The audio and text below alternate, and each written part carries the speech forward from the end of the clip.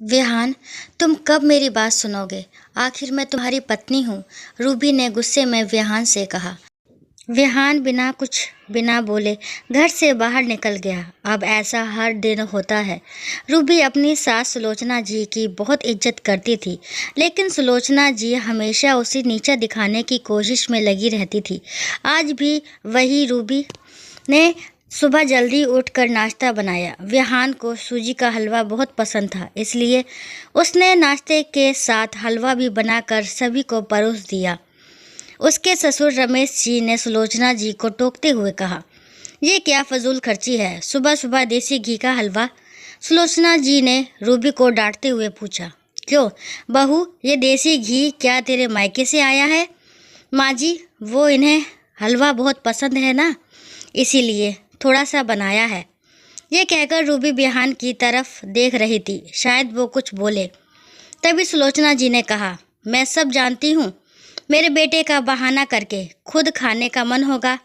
विहान चुपचाप नाश्ता करते रहे। रूबी की आंखों से आंसू झलक गए। इससे ज़्यादा बुरा तब लगा जब विहान बिना हलवा खाए ही ऑफिस के लिए चल दिए। रूबी घर का काम समेटने में लग गई। इधर सुलोचना जी बाहर ड्राइंग रूम में बैठकर बड़बड़ाती रही। काम करके रूबी अपने कमरे में जाकर रोने लगी।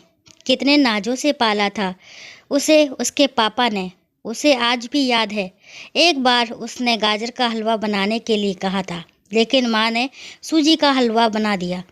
पापा को जब ये पता लगा तो वे तुरंत बाजार गए, वहाँ से ढेर सारा गाजर का हलवा लाए थे और उस दिन बिना कहे 2-3 दिन में गाजर का हलवा बनने लगा।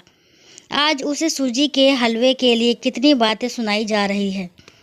उसे गुस्सा सास ससुर पर नहीं, विहान पर था। शाम को जब उसने विहान से शिकायत की तो वो बस इतना ही बोले, इस घर में केवल माँ की पसंद का खाना बनता है, आगे से मेरी पसंद का कुछ मत बनाना। रूबी ने विहान से बात करनी बंद कर दी। आखिर क्या कसूर था रूबी का? यही कि वे विहान से बहुत प्यार करती है। इसी तरह कुछ दिन बीत गए। एक दिन रूबी ने सुलोचना जी से कहा, माँ जी, मैं अपने घर जाना चाहती हूँ, कुछ दिन के लिए। अगर आप कहें तो आज ही चली जाऊँ। कई दिन पहले माँ का फ़ोन आया था, कह रही थी पापा की तबीयत ठीक नहीं है। सुलोचना जी वहाँ जब भी जाती है 1 सप्ताह से वापस नहीं आती। घर का काम कौन करेगा? तेरे ससुर और मेरा बेटा शाम को थक हार कर घर आएंगे। यहाँ उन्हें खाना भी नसीब नहीं होगा। मुझे तो चक्कर आ रहे हैं, मैं खाना नहीं बना सकती। जाना है तो 1 दिन के लिए चली जा। रूबी मन मार कर 1 दिन के लिए पीहर पहुँच जाती है। वहाँ पहुँचकर उसे और भी आश्चर्य होता है। भाभी, मम्मी पापा कहाँ गए? रूबी ने घबरा कर पूछा। उन दोनों का घर में मन कहाँ लगता है, तीरथ पर गए हैं, ना जाने कब आएंगे। वैसे तुम कितने दिनों के लिए आई हो? क्योंकि मुझे भी अपने पीहर जाना है। संगीता भाभी का ये व्यवहार देखकर रूबी चौंक गई। क्या ये वही भाभी है जो उनसे बहुत स्नेह जताती थी? रूबी सोफे पर बैठी सोच रही थी। अच्छा, वो जो भैया ने मकान के पेपर साइन करा लिए थे, मैंने अपना हिस्सा छोड़ दिया था, शायद उसी साइन के लिए मेरे से प्यार जताया जा रहा था। रूबी उठकर खड़ी हो गई। भाभी, मुझे कुछ काम याद आ गया, मैं फिर आऊँगी, कहकर वह तेजी से घर से बाहर निकल गई। पीछे से गेट बंद होने की आवाज़ से वे समझ गई कि उसके जाने से भाभी को कोई खास फर्क नहीं पड़ा। भारी कदमों से चलते हुए वे मंदिर पहुंच गई, क्योंकि शाम से पहले यदि ससुराल जाती तो सुलोचना जी उससे कोई सवाल करती।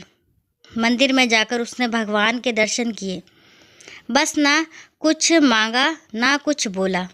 भगवान के चरणों में शीश नवाकर वह बाहर आकर बैठ गई। तभी सामने के पेड़ के नीचे उसे अपने माता पिता बैठे दिखाई दिए। रूबी भागकर उनके पास पहुंची। रूबी को देखकर उसकी माँ रोने लगी। बेटी, तू यहाँ कैसे? पापा ने पूछा। वो छोड़िए, ये बताइए आप यहाँ कैसे? आप तो तीर्थ यात्रा पर गए थे। रूबी के सब्र का बांध टूट गया। उसकी आंखों से आंसू बह रहे थे। बेटी, तेरी भाभी ने तुझसे झूठ बोला है। बिजनेस में पैसा लगाने के लिए तेरे भैया ने मकान अपने नाम करा लिया। मकान के कागज गिरवी रख कर साहूकार से कर्ज ले लिया। उसके बाद हम बोझ बन गए। हमें घर से निकाल दिया। पापा, अब क्या होगा? रूबी ने रोते हुए पूछा। बेटी, तू चिंता मत कर। हम कहीं वृद्ध आश्रम में चले जाएंगे। तू अपनी ससुराल जा। वहाँ किसी को ये बात मत बताना। अपने माँ बाप को इस हाल में देखकर वह उन्हें अपने साथ ले जाना चाहती थी, लेकिन जहाँ उसकी कद्र नहीं, वहाँ माँ बाप की क्या इज्जत होती। भारी मन से रूबी ससुराल की ओर चल दी। आज उसे अपने लड़की होने पर अफसोस हो रहा है। काश वो अपने माता पिता के लिए कुछ कर पाती। घर आकर उसने बहुत मुश्किल से घर का काम निपटाया। उसके बाद अपने कमरे में जाकर गुमसुम बैठ गई। उसकी आंखों से आंसू बह रहे थे। बेहान अपने ऑफिस के काम में लगे हुए थे। जब वे सोने आए तो रूबी से पूछ बैठे, क्या बात है, आज फिर माँ की कोई बात बुरी लग गई जो आंसू बहा रही हो? रूबी अपने को रोक नहीं पाई और उसने रो रो कर सारी बात बेहान को बता दी। क्या माँ पिताजी को यहाँ ले आएं? वह इस उम्र में कहाँ जाएंगे? बेहान ने कोई जवाब नहीं दिया और करवट लेकर सो गए। इस बात से रूबी को बहुत गुस्सा आया। आज से मैं भी इनके माँ बाप की सेवा नहीं करूँगी। देखती हूँ कौन इनकी सेवा करेगा। रोते रोते रूबी सो गई। 2-3 दिन बीत जाने पर उसकी चिंता बढ़ती जा रही थी। एक दिन वह सब्जी लेने के बहाने उसी मंदिर में पहुंची, लेकिन उसके माता पिता वहां नहीं थे। पंडित जी, यहाँ मेरे माता पिता उस पेड़ के नीचे बैठे थे कई दिन से। उनका कुछ पता है? तुम्हारा नाम रूबी है क्या? पंडित जी के मुंह से अपना नाम सुनकर रूबी ने पूछा। जी हाँ, लेकिन आपको कैसे पता? तुम्हारे माता पिता ने ये पता दिया था और कहा था कि वह अब यहाँ रहते हैं। रूबी ने पता देखा। वह यहाँ से कुछ दूर का था। रूबी ने मंदिर के बाहर निकलकर ऑटो रिक्शा किया और उस पते पर पहुँच गई। दरवाज़ा खटखटाया तो एक लड़की निकल कर आई। यहाँ का पता मुझे पंडित जी ने दिया है, रूबी बोली। आप रूबी दीदी हो? अंदर आ जाओ। रूबी को कुछ समझ नहीं आया। वह अंदर गई तो देखा उसके माता पिता सोफे पर बैठे थे। रूबी उन्हें देखकर रोने लगी। बेटी, अब क्यों रो रही है? तेरे कारण हमें ये मकान मिल गया।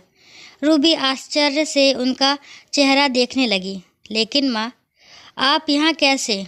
और ये लड़की कौन है? तब उसकी माँ ने कहा, बेटी, तुझे याद है तेरी शादी के बाद तेरी सास ने 40 लाख रुपए की डिमांड की थी। दामाद जी को बिजनेस खोलना था, इसलिए तेरे पिताजी ने उनकी डिमांड पूरी कर दी थी, जिससे कि तू सुखी रहे। जब तू हमसे मिल कर गई, उसके अगले दिन दामाद जी आए। उन्होंने तेरे पापा के पैसे लौटा दिए, क्योंकि उन्होंने कोई बिजनेस शुरू नहीं किया था।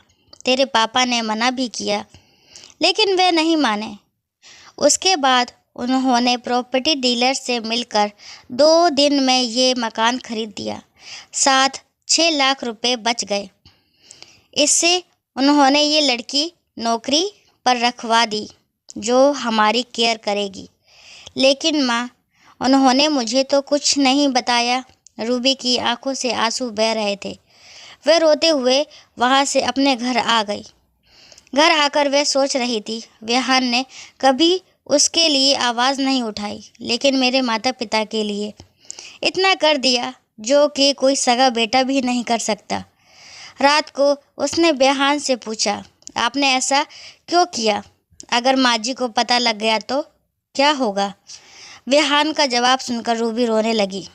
बेहान ने कहा, जैसे तुम्हारे लिए ये माता पिता है, वैसे ही मेरे लिए भी तो वो माता पिता है। मैंने पैसे लेते समय ही सोच लिया था कि एक दिन ब्याज के साथ सारे पैसे लौटा दूंगा, लेकिन जब बिजनेस शुरू नहीं हो पाया तो मैं इन पैसों को अपने पास रख कर सही समय आने का इंतज़ार कर रहा था। अगर मैं तुम्हारे माता पिता को अपने घर ले आता तो उनका आत्मसम्मान हर दिन उन्हें धिक्कारता। बेटी के घर वे रहना पसंद नहीं करते, वे अपमानित ना हो, इसलिए मैंने ये सब किया। विहान, मुझे माफ़ कर दो, आज तक मैं तुम्हें गलत समझती रही। तभी पीछे खड़ी सुलोचना जी बोली, बेटी, ये पैसा हमने उधार लिया था, वह तुम्हारे पिता की अमानत थी। मैंने और विहान ने पहले ही फैसला किया था कि ब्याज के साथ तुम्हारे पैसे लौटा देंगे। चल अब सो जा, सुबह नाश्ता टाइम पर नहीं बना तो अच्छा नहीं होगा। उनकी बात सुनकर रूबी, विहान और सुलोचना जी ज़ोर से हंसने लगे। दोस्तों, आशा करती हूँ मुझे कहानी आपको पसंद आई होगी। कहानी पसंद आती है तो प्लीज़ मेरे चैनल को लाइक, शेयर, सब्सक्राइब करना ना भूलें। इस कहानी के बारे में आपके क्या विचार है कमेंट बॉक्स में ज़रूर बताएं और कहानी को लास्ट तक सुनने के लिए थैंक यू।